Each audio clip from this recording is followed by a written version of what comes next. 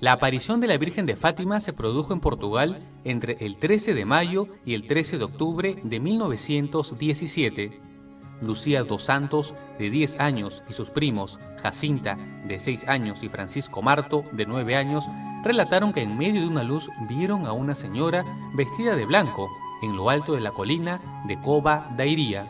Los niños aseguraron que se trataba de la Virgen María, la cual les pidió que regresaran al mismo lugar el 13 de cada mes durante 6 meses. Los niños relataron que durante estos encuentros la Virgen pidió el rezo del Santo Rosario por la conversión de los pecadores y del mundo entero. La Virgen también pidió la construcción de una capilla en el lugar. Según dijeron los videntes, la Virgen realizó varias profecías y entregó 3 mensajes a Lucía, la mayor de los niños. Estos mensajes se conocen como los 3 secretos de Fátima. El primer secreto, según Lucía, mostraba una visión del infierno, mientras que el segundo hablaba de cómo reconvertir el mundo a la cristiandad. El texto del tercer misterio se mantuvo en secreto por muchos años y solo fue revelado por el Papa Juan Pablo II el 26 de junio del año 2000 y profetizaba el atentado contra su vida el 13 de mayo de 1981. Francisco Marto y Jacinta fueron beatificados por el Papa Juan Pablo II el 13 de mayo del 2000. Sor Lucía, quien se consagró como religiosa, falleció en el año 2005 a los 97 años en el convento de las Madres Carmelitas de Coimbra. El santuario de Nuestra Señora del Rosario de Fátima recibe anualmente 4 millones de peregrinos.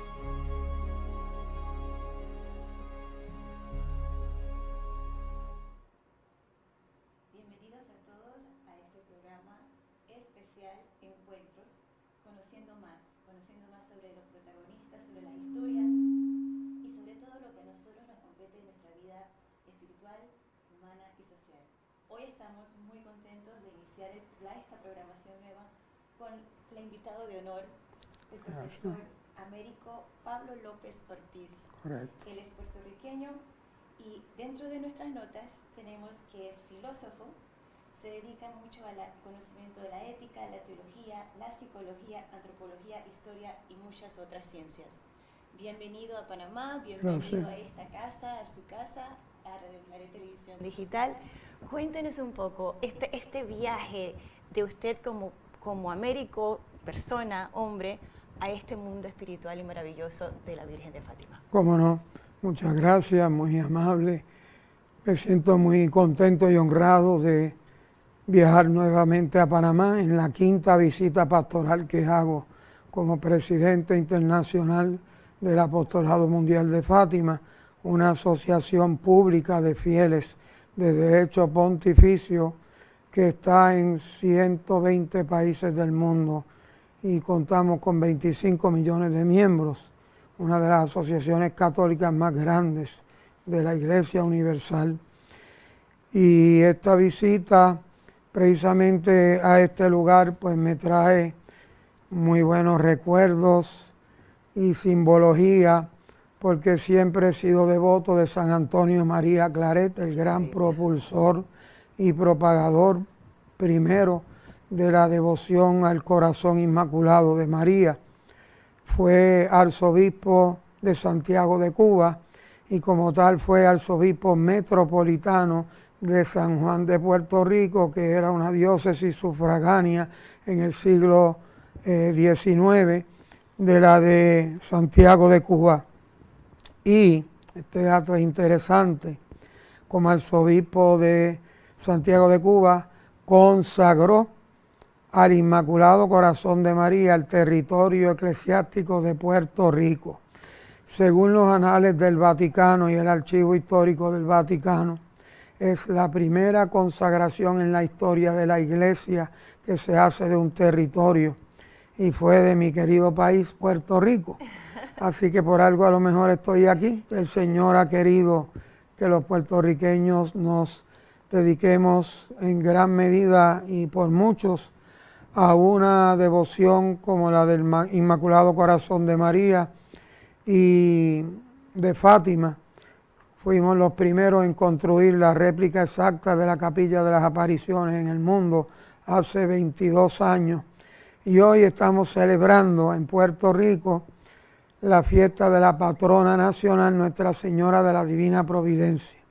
Así que todo coincide. Bueno, sabemos, amigos, que todo en el camino del Señor tiene un propósito y un porqué, y en Sí. el camino nos vamos dando cuenta de realmente Sí. la razón por la cual estamos. Exacto. Tenemos también entendido, profesor, que a usted de hecho fue llamado por su calidad de filósofo a formar parte de este apostolado en algún momento para como un estudio que tenía que hacer o una propuesta. Háblanos un poco de eso, Sí. de esa introducción en este mundo. Bueno, hace 45 años, ahora tengo 65, tenía 20 años entonces, ya era profesor universitario a los 20 años y visitó Puerto Rico el historiador oficial e investigador de las apariciones de Fátima, nombrado por el Vaticano, el padre Joaquín María Alonso Claretiano, de fama internacional.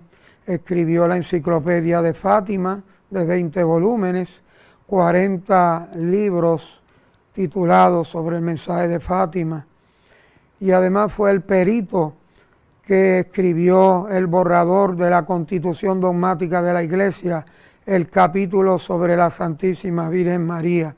Visitó Puerto Rico para hacer una campaña financiera para levantar fondos y comprar el convento de las hermanas Doroteas en Pontevedra, Galicia, España, donde la hermana Lucía, como postulante, había recibido la visita del Corazón Inmaculado de María de Fátima para pedir la comunión reparadora de los 5 primeros sábados de mes consecutivos como condición esencial para que se cumpliera el triunfo del Inmaculado Corazón de María.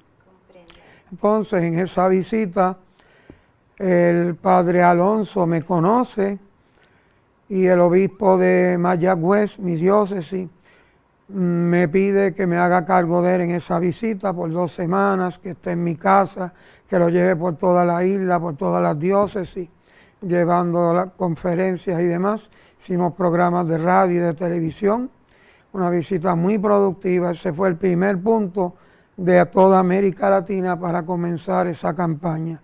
La campaña fue exitosa, finalmente se compró el convento que hoy día es el Santuario Pontificio del Inmaculado Corazón de María en Fátima, en Pontevedra.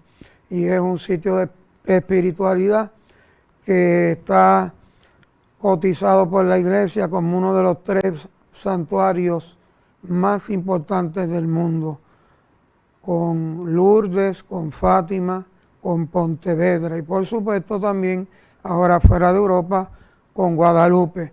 Es el padre Alonso el que me introduce en el mundo de Fátima. Me lleva a conocer a Sor Lucía, al señor obispo de entonces Alberto Cosmedo Amaral y a todos los personajes de Fátima, que serían muchos por mencionar, los encargados del movimiento de Fátima también. Y al conocerme, y porque tenía el conocimiento de idiomas, hablaba 7 idiomas, entonces fui muy, digamos, útil para completar unos proyectos. Sus últimos 2 libros yo los completé, su bibliografía también, porque él estaba ya que se sentía sin fuerza, aunque era joven, 62 años, pero padeció una bronconeumonía y falleció. Entonces él fue mi mentor por 2 años y me enseñó todo lo que tenía que enseñarme. Y cuando me conoció, lo primero que me dijo en Puerto Rico es: tú eres la respuesta a mis oraciones, la Virgen va a continuar mi obra a través de ti. Así lo dijo, y no lo digo para vanagloriarme de eso, sino para que vean el sentido de misión. Seguro. Después, cuando llega el momento de escoger un presidente laico por primera vez en la historia, por mandato de San Juan Pablo II, Ajá. que no quería que el obispo ordinario diocesano de Fátima fuera el presidente de una asociación pública de fieles, pues mandaba que fuera un laico. Pues el Santo Padre Juan Pablo II me escogió a mí. y en una situación, en una circunstancia maravillosa, con Lucía y con el obispo Serafín de Sousa Ferreira de Silva, obispo de Leiría Fátima, me pide que yo dedique mi vida a Fátima, a la investigación, al apostolado de Fátima, que escriba los estatutos para que dejáramos atrás el Ejército Azul de Fátima, muy conocido, correcto, pero que era una asociación privada, y lo convirtamos en una asociación pública, eclesial, de la iglesia propiamente, con todos los atributos y con el más alto grado de aprobación. Y fue el Papa Juan Pablo II el que me nombró presidente, no fui electo, me pidió que dedicara mi vida a este apostolado, oró sobre mí, me arrodillé delante de él, con Lucía y con don Serafín al lado, bien significativo. Y así entonces, pues empecé en el apostolado. Ya parece entonces, estamos hablando de más o menos en qué año fue su presidente. Eso fue en los 80, que me pidió el Papa que me involucrara en el apostolado. Que se involucrara como a nivel como presidente, como sí, director. Sí, él me nombró presidente. Muy Recibí un nombramiento del secretario de Estado del Vaticano. Posteriormente he sido elegido presidente en 4 ocasiones por cuatrenios, por unanimidad de todos los delegados de la Asamblea, pero en voto secreto, depositado en la urna, como debe ser, pero por unanimidad y sin abstenciones, de lo cual le doy gracias a Dios. Eso es parte, definitivamente usted fue hecho entonces para este cargo, para esta misión, eso no hay discusión y nos encanta tenerlo de verdad en este momento acá con nosotros. Ahora que usted mencionaba lo de los estatutos, al convertirlo en apostolado en este momento, y esto que nos menciona también sobre el cambio del llamado Ejército Azul, sabemos que tiene una connotación más que todo terminológica por ese sentido, y pasarlo a apostolado. Esto de los estatutos, ¿cómo funciona? ¿Qué nos quiere decir con esto? ¿Cuál es la misión de estos estatutos? Primeramente, el estatuto es la Constitución. Correcto. Y debe ser aprobada por el Vaticano y mediante un decreto implementada.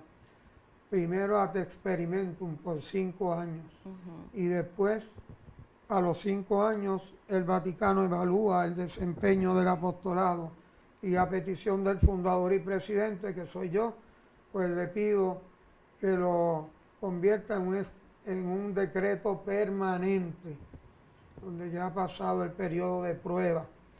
Y ahora, en el año de 2010, el 7 de octubre de 2010, en la fiesta de Nuestra Señora del Santo Rosario, el Papa decretó y promulgó este decreto, convirtiendo el Apostolado Mundial de Fátima en una especie de sombrilla bajo la cual deben estar todos los movimientos y asociaciones relativos a Fátima, sean diocesanos, nacionales, sean internacionales o regionales, pero dedicados a Fátima, para que de esta forma, bajo los estatutos aprobados por la Santa Sede, todos los movimientos apostólicos caminen por el camino de la Iglesia sin desviaciones. Perfecto. Como por desgracia vemos, sobre todo en el Internet, la proliferación.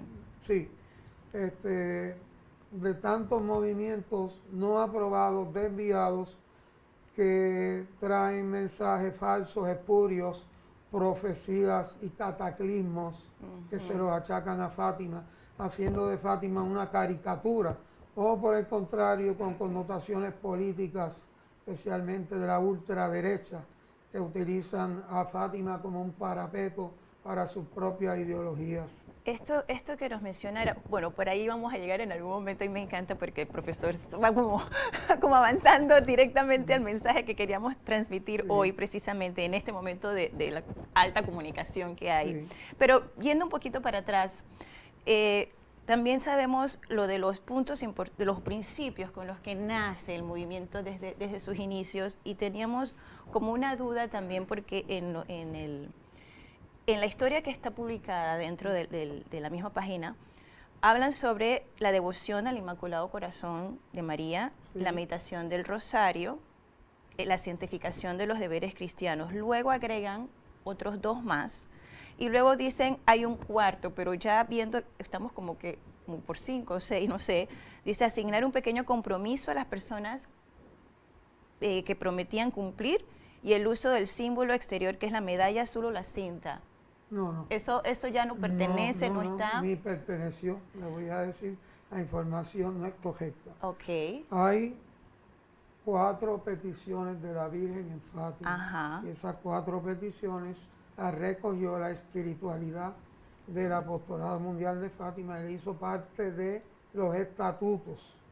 Okay. Eso define la espiritualidad, la misión, el objetivo del apostolado. Y son, primero, la oración meditativa, la contemplación del misterio de Dios a través de la meditación del Santo Rosario diario, por lo menos 5 misterios diarios. Ajá. Fíjese que no hay un énfasis en oración vocal, es un énfasis en la profundización del rosario para llevarlo a la vida íntima, a la vida interior, que mediante el rosario como una escuela de santidad podamos contemplar el misterio de Dios y de la Santísima Virgen María. Ese es el primer punto.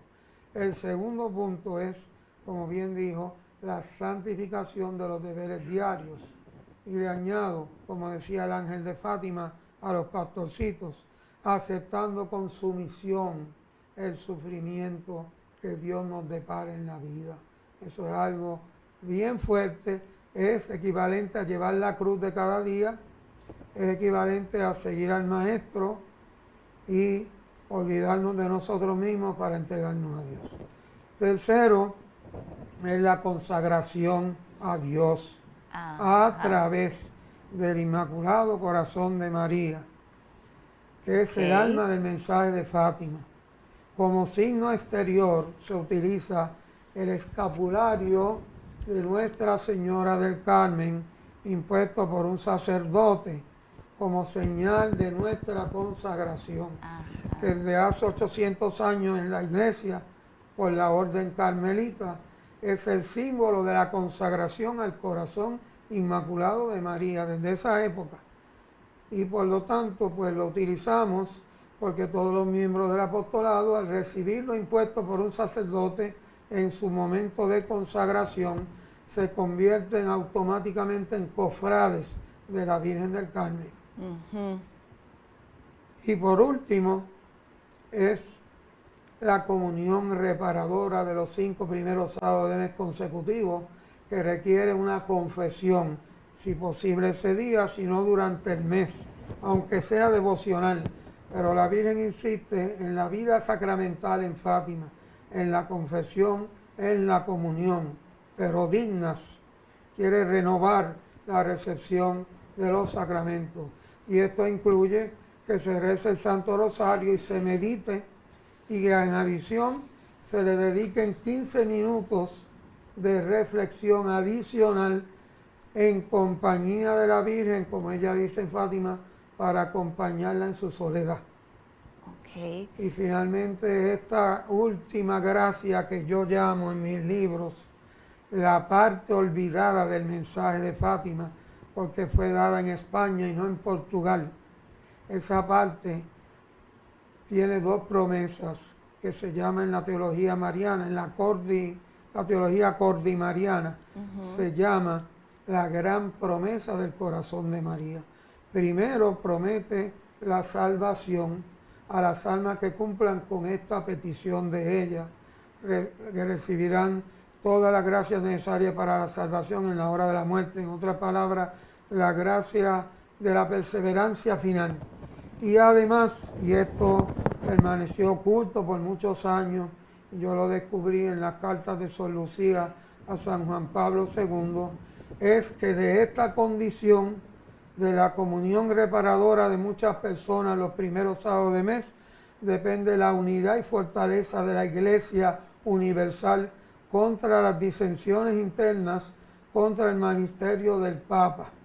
Y este tema he tenido la oportunidad y el privilegio de discutirlo personalmente con el Papa Francisco. Wow. Y llevarle la carta de Sor Lucía a San Juan Pablo II como copia que me dio don Antonio Marto, cardenal y obispo de la Iría Fátima, para que se la llevara el Papa en esa audiencia, y así lo hice y hablamos sobre ella. Saben ustedes que hoy más que nunca el Papa es atacado, humillado, perseguido, contestado, aún por miembros de la jerarquía de la Iglesia. Sí. Así que se está cumpliendo la profecía de la Virgen de Fátima de que sería necesario hacer una gran reparación a través de la comunión de los primeros sábados de mes para lograr la unidad y evitar un cisma. Bueno, amigos, es justo el momento para irnos a una pausa. Le voy a pedir al padre, no se vayan, quédense con nosotros que en breve vamos a regresar.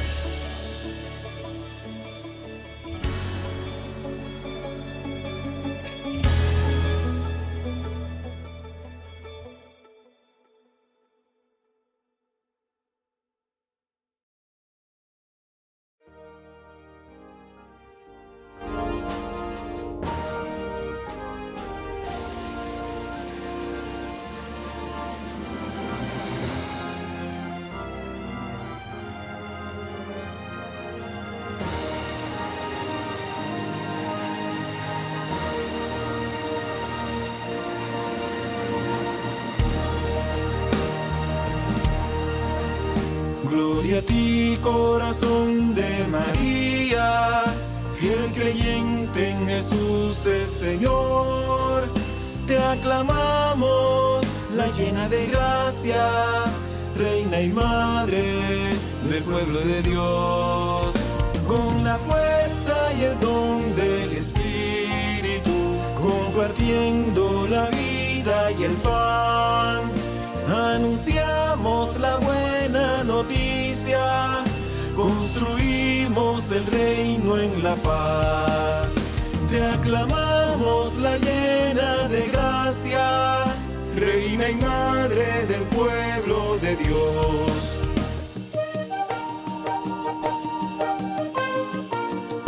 Panamá hoy te ensalza entusiasta y te dice con gran emoción: seas siempre su madre querida, seas faro de su salvación. Panamá se consagra por siempre a tu santo servicio y amor, y promete guardar inmutable el amor a tu gran corazón, y promete guardar inmutable el amor a tu gran corazón.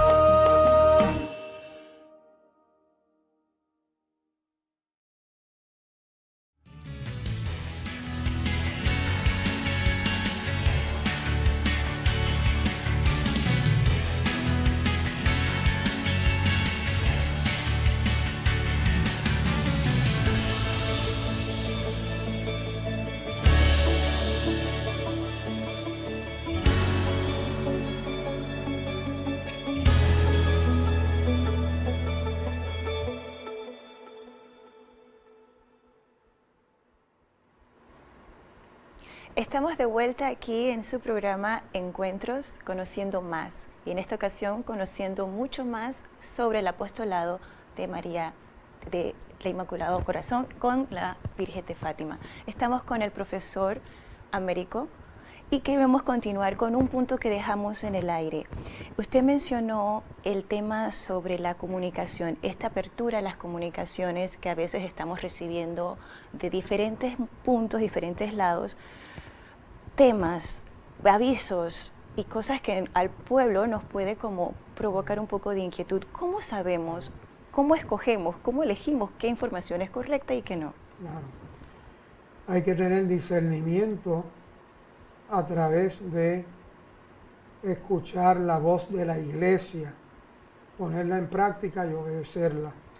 El Papa, en unión a todos los obispos, tiene el don para discernir, para escoger lo que es bueno de lo que es malo y presentárselo a los fieles.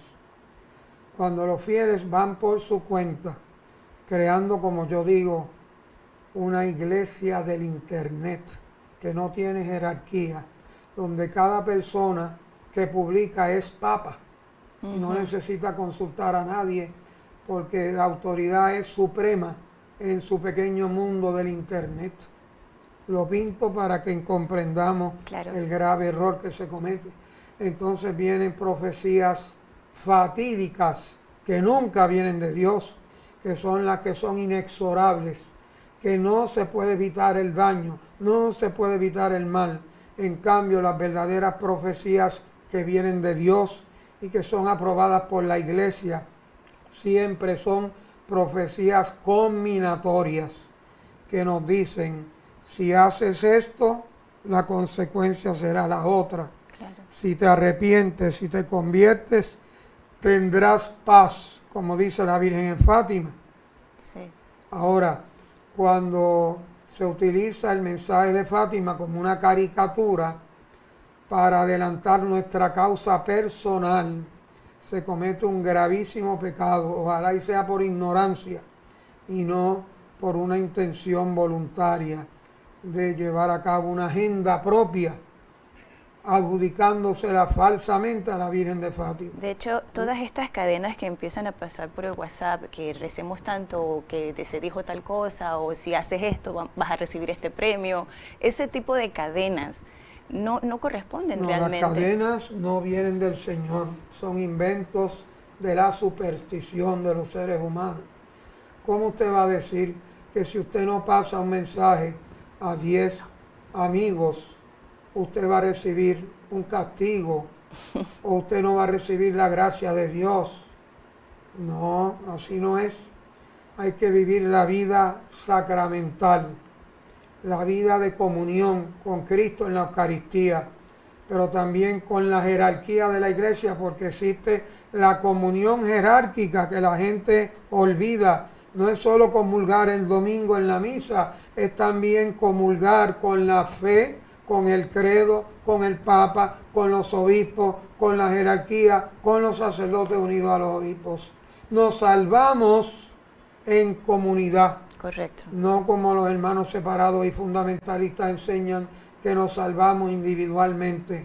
Así no es en comunidad. Por eso es necesario, en este caso, estudiar más las fuentes de esos grupos que vienen con divisiones para el mensaje de Fátima. ¿Quién fue su fundador? ¿Cuál es su estatus canónico? ¿Está en comunión con la iglesia? ¿Está unido a su obispo y en buen standing, como dicen en inglés, en good standing? En good standing. Si no lo está, si su movimiento no es aprobado, si sus estatutos no son aprobados, si su espiritualidad no es aprobada, es muy posible que haya errores doctrinales y pastorales. Y si usted, sin indagar, sin preguntar, acude a una de estas asociaciones, pues es probable que se desvíe también del mensaje auténtico, como digo yo siempre, el mensaje auténtico de Fátima. Mire que justamente aprovecho esto que acaba de decir puntualmente y quería también hacerle la pregunta sobre las diferencias de las advocaciones de la Virgen, porque mencionó, y por eso lo vamos a hacer amigos, justamente por este punto, él mencionó hace un momento el hecho de que ellos cargan con ellos el escapulario de la Virgen del Carmen. Entonces, esta cercanía con las otras advocaciones va muy distinto al hecho de que a veces nos encontramos con que, no, yo pertenezco al grupo de María Inmaculada, yo pertenezco a la Medalla Milagrosa. ¿Cómo logran ustedes unir todo esto? Cómo no. Primero que nada, las rivalidades entre los grupos apostólicos y marianos tampoco vienen de Dios, vienen del maligno para separarlos y que no haya el debido fruto en la iglesia, en el común de los fieles, en la universalidad de la iglesia. Por tanto, la Virgen misma se preocupa de este tema en Fátima, y el 13 de octubre de 1917, mientras ocurre el milagro solar, y la gente ve ese milagro portentoso, cosmológico, como nunca antes de ver la danza del sol, con todo lo que aconteció ese día. Más de 70,000 personas en un radio de acción de 250 kilómetros vieron al sol danzar 15 minutos, parecía caer sobre ellos por 3 veces. La gente lloraba arrepentida de sus pecados, pensaba que era el fin del mundo, y era la señal, la rúbrica de que Dios bendecía y garantizaba el mensaje de Fátima, porque lo que vimos fue el retrato del capítulo 12 del Apocalipsis. Una mujer vestida de sol.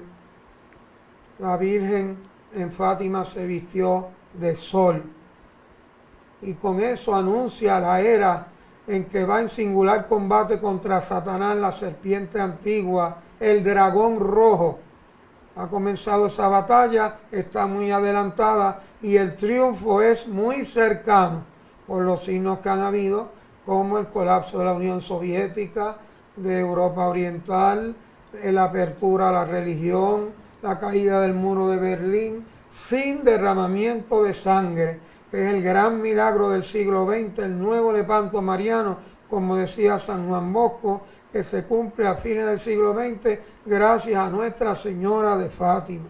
Y en ese momento del 13 de octubre se ven las siguientes advocaciones, que son las devociones más tradicionales, más comunes, más universales de la Iglesia, y que son las responsables de la salvación de la mayor cantidad de personas. Okay. Aparece la Virgen Inmaculada Concepción, aparece Nuestra Señora de los Dolores, sucesivamente.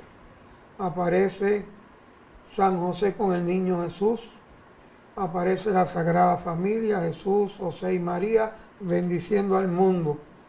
Y es el tema de la familia. Seguro. Perdón. Luego aparece también una visión de Jesús que está lleno de unos rayos de luz. Si él sale una luz, especialmente de sus estigmas del costado abierto. En un momento abre sus rayos, sus manos, y de ella salen unos rayos hacia el mundo. Es la única que no recibe nombre de Lucía. Y en las investigaciones que he hecho, presenté la tesis que me fue aceptada y aprobada por la Iglesia. Que digo yo que se trata del Señor de la Divina Misericordia, que aparece ante literam, antes de que la letra ocurriera y apareciera Santa Faustina Kowalska.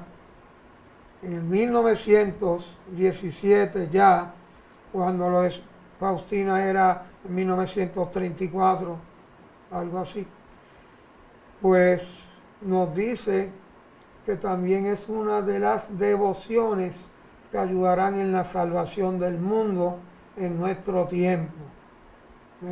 Así que fíjese cómo hay una serie de advocaciones. Aparece Nuestra Señora vestida de blanco con un manto azul, que de ahí sale el nombre de Ejército Azul, cuando primeramente después de la Segunda Guerra Mundial se crea esa asociación privada que era de naturaleza piadosa, sin ser apostolado, era todo piedad.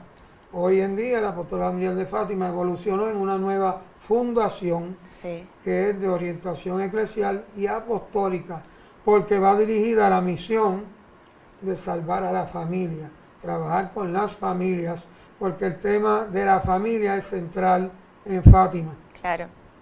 Y por ello, pues el apostolado tiene esa misión. Qué maravilloso. Tenemos cortito tiempo porque esta es la programación de televisión, pues es así. En breves palabras, ¿cómo podríamos entonces resumir la misión del apostolado como tal, donde todos nosotros podemos hacer algo en esta misión? ¿Cómo es? En una oración. Okay. El Apostolado Mundial de Fátima tiene el propósito de llevar el auténtico mensaje de Fátima a toda la Iglesia universal y más allá de la Iglesia, a todos los hombres de buena voluntad. Y lo hace llevando la nueva evangelización a través del auténtico mensaje de Fátima, utilizando como instrumento de la nueva evangelización el mensaje de Fátima, que es la puesta al día del Evangelio de Jesucristo para los hombres y mujeres de nuestro tiempo, en el siglo XXI. Perfecto.